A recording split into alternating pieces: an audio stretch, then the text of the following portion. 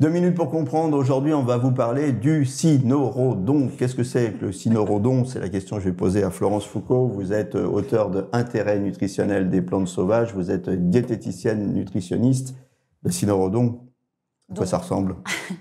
Donc le cynorhodon, c'est le fruit de l'églantier. Donc c'est une petite baie rouge en fait qu'on va récolter durant l'automne et durant l'hiver après les premières gelées.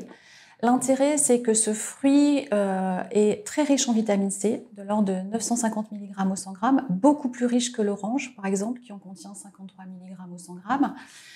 L'intérêt, c'est vraiment d'avoir cet apport en vitamine C. On peut le cuisiner de différentes façons. La plupart du temps, on fait des confitures qu'on appelle confitures de gratte-cul. Parce qu'à l'intérieur du cynorhodon, il y a des petites structures qui ont des poils urticants, que souvent on utilise pour faire du poêle à gratter, donc confiture de gratte-cul.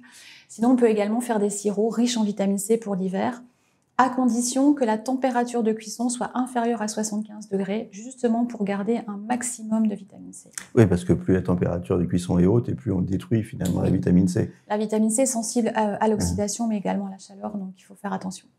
Alors, la vitamine C, vous dites c'est plus riche que les oranges. Il faut savoir qu'au-delà d'une certaine dose, de toute façon, le corps la rejette. Oui. Hein? Oui, tout à fait. La vitamine C est une vitamine hydrosoluble, donc de toute façon, l'organisme en a besoin, mais si on en surconsomme, la vitamine C en excès sera de toute façon éliminée.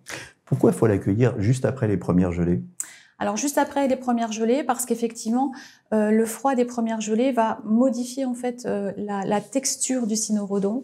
Et c'est à partir de cette période qu'on pourra récolter la pulpe. Voilà, bah écoutez, si vous n'avez jamais goûté du cynorhodon, c'est l'occasion ou jamais. Je vous remercie. Je rappelle le titre de votre ouvrage, Intérêt nutritionnel des plantes sauvages.